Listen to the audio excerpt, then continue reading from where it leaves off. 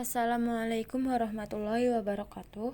Perkenalkan, kami dari kelompok 2 ingin mempresentasikan makalah kelompok kami yang mengenai asas-asas hukum acara peradilan agama. Sebelum memulai ke materi, saya ingin memperkenalkan anggota kelompok terlebih dahulu, yaitu saya Amelia Yustifah sebagai penyaji serta moderator, lalu ada Anah Rodianah sebagai penyaji kedua, dan ada Alia Wafik Azizah sebagai penyaji terakhir. Yang pertama, saya akan menjelaskan tentang pengertian hukum acara peradilan agama. Menurut Profesor Dr. Wiryono Projodikoro, hukum acara perdata adalah rangkaian peraturan-peraturan yang memuat cara bagaimana orang harus bertindak di muka pengadilan dan cara bagaimana pengadilan harus bertindak satu sama lain untuk melaksanakan berjalannya peraturan-peraturan hukum perdata. Lalu ada dari Profesor Dr. Sudikno Mertokusumo menyatakan bahwa hukum acara perdata mengatur tentang bagaimana caranya mengajukan tuntutan hak, memeriksa serta memutusnya dan pelaksanaan dari putusannya.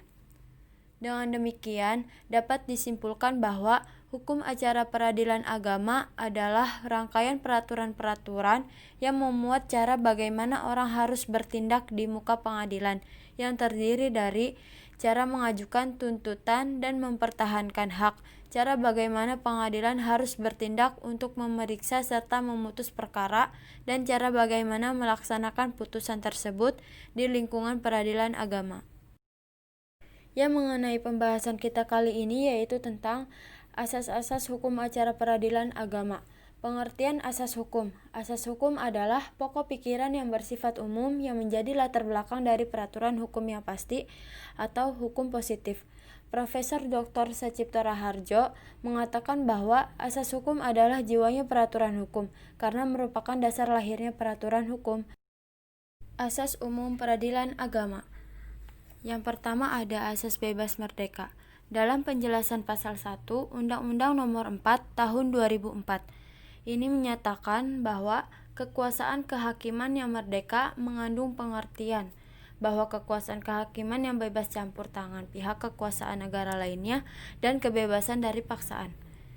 Yang kedua ada asas sebagai pelaksana kekuasaan kehakiman.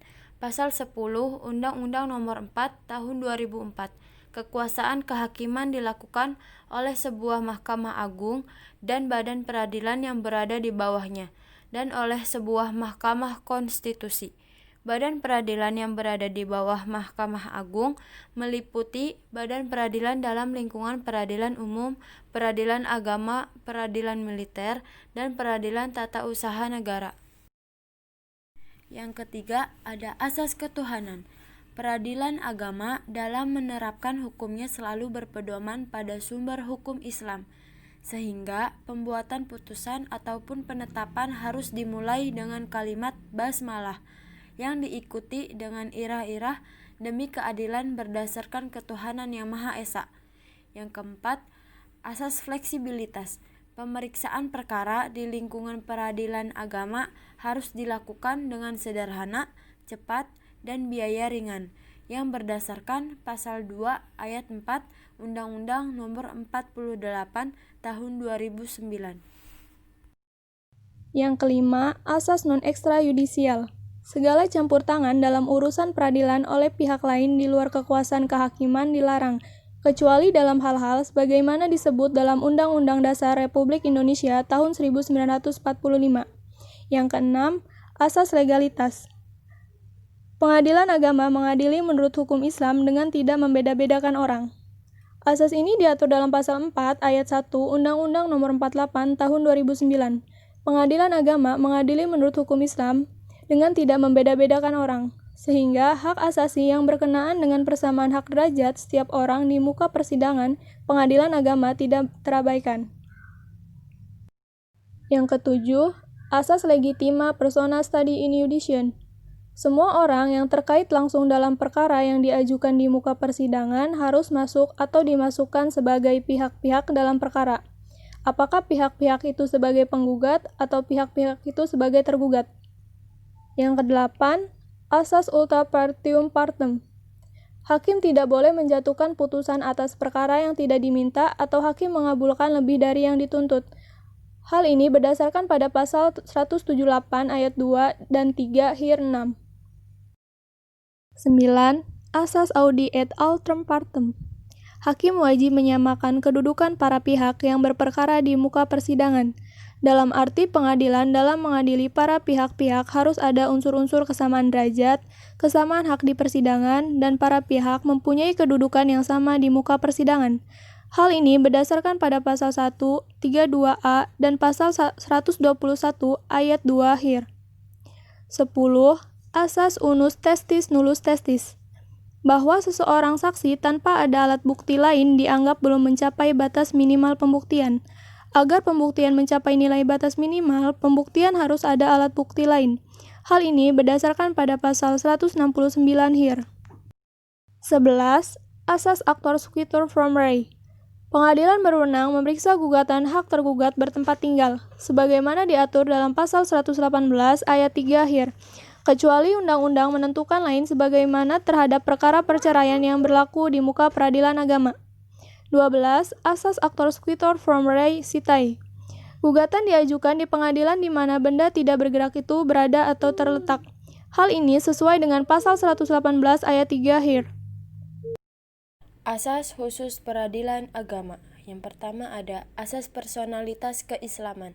Diatur dalam Undang-Undang Nomor 50 Tahun 2009 tentang perubahan kedua atas Undang-Undang Nomor 7 Tahun 1989 tentang peradilan agama.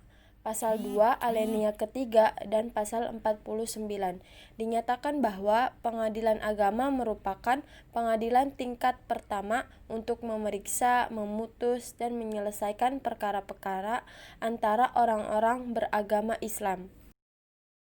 Yang kedua ada asas islah atau upaya perdamaian. Islam menyuruh untuk menyelesaikan setiap perselisihan dengan melalui pendekatan islah. Karena itu, tepat bagi para hakim peradilan agama untuk menjalankan fungsi mendamaikan, sebab bagaimanapun adilnya suatu putusan, pasti lebih adil hasil putusan itu berupa perdamaian. Yang ketiga ada asas persidangan terbuka untuk umum. Asas ini bertujuan agar persidangan berjalan secara fair, menghindari adanya pemeriksaan yang sewenang-wenang atau menyimpang, dan agar proses persidangan menjadi media edukasi prevensi, informasi bagi masyarakat umum. Asas hukum ini bermakna bahwa sidang pemeriksaan pengadilan agama terbuka untuk umum kecuali apabila undang-undang menentukan lain atau hakim dengan pengadilan agama mempunyai alasan-alasan penting yang dicatat dalam berita acara sidang, memerintahkan bahwa pemeriksaan secara keseluruhan atau sebagian akan dilakukan dengan sidang tertutup. Adapun pemeriksaan perkara di pengadilan agama yang dilakukan dalam sidang tertutup adalah berkenaan dengan pemeriksaan permohonan cerai talak dan cerai gugat. Yang keempat ada asas equality. Asas equality di lingkungan peradilan agama diatur dalam pasal 58 ayat 1 Undang-Undang Nomor 70 Tahun 1989 JO. Pasal 4 ayat 1 Undang-Undang Nomor 48 Tahun 2009 tentang kekuasaan kehakiman. Setiap orang yang berperkara di muka sidang pengadilan adalah sama hak dan kedudukannya di hadapan hukum. Sehingga tidak ada pembedaan yang bersifat diskriminatif, baik dalam bentuk diskriminasi normatif maupun diskriminasi kategoris. Yang kelima ada asas aktif memberi bantuan. Asas aktif memberikan bantuan kepada pencari keadilan di lingkungan peradilan agama adalah diatur dalam pasal 119 hir atau 143 RBG JO, pasal 58 ayat 2 Undang-Undang Nomor 7 Tahun 1989 tentang Peradilan Agama JO, pasal 4 ayat 2 Undang-Undang Nomor 48 Tahun 2009 tentang Kekuasaan Kehakiman. Terlepas dari perkembangan praktik yang cenderung mengarah kepada proses pemeriksaan dengan surat atau tertulis, hukum acara perdata yang diatur dalam HIR dan RBG sebagai hukum acara yang berlaku untuk lingkungan peradilan umum dengan ketentuan pasal 54 Undang-Undang Nomor 7 Tahun 1989 tentang peradilan agama dinyatakan resmi berlaku untuk pengadilan agama, menganut sistem pemeriksaan langsung dengan lisan serta tidak wajib para pihak dibantu atau didampingi penasihat hukum. Yang keenam ada asas ratio decidendi atau pertimbangan hukum. Segala putusan pengadilan, selain harus memuat alasan dan dasar putusan tersebut, memuat pula pasal tertentu dan peraturan perundang-undangan yang bersangkutan atau sumber hukum tidak tertulis yang dijadikan dasar untuk mengadili. Dan setiap putusan harus memuat pertimbangan hukum yang didasarkan pada alasan-alasan penilaian dan dasar hukum yang tepat dan benar. Dalil-dalil atau dasar hukum positif yang dimaksudkan untuk pertanggungjawaban dari sebuah keputusan yang telah dikeluarkan oleh hakim dalam persidangan di pengadilan, sehingga pihak lawan tidak akan mudah atau akan kesulitan untuk mencari celah-celah atau kelemahan dari putusan yang telah dikeluarkan. Dasar pertimbangan hukum dalam sebuah keputusan secara yuridis normatif mengacu pada pasal 184 ayat 1 HIR JA, pasal 195 ayat 1 RBG. Alasan-alasan penilaian dalam putusan mencakup hal-hal yang bersifat rasional, aktual, dan mengandung nilai-nilai kemanusiaan, peradaban, dan kepatutan. Dan yang terakhir ada asas memberi bantuan antar pengadilan. Untuk kepentingan peradilan, semua pengadilan wajib saling memberi bantuan yang diminta diatur dalam pasal 2 ayat 2 Undang-Undang Nomor 48 Tahun 2009. Sebab apabila tidak ada saling memberi bantuan antar pengadilan, maka proses penyelesaian perkara akan berlarut-larut, dan juga terhadap perkara yang telah diputus di mana salah satu pihak berada di lingkungan peradilan agama lain, maka putusan tidak memiliki arti apa-apa. Sekian dari kami kelompok 2, mohon maaf jika ada pengetikan atau pengucapan yang salah. Terima kasih. Wassalamualaikum warahmatullahi wabarakatuh.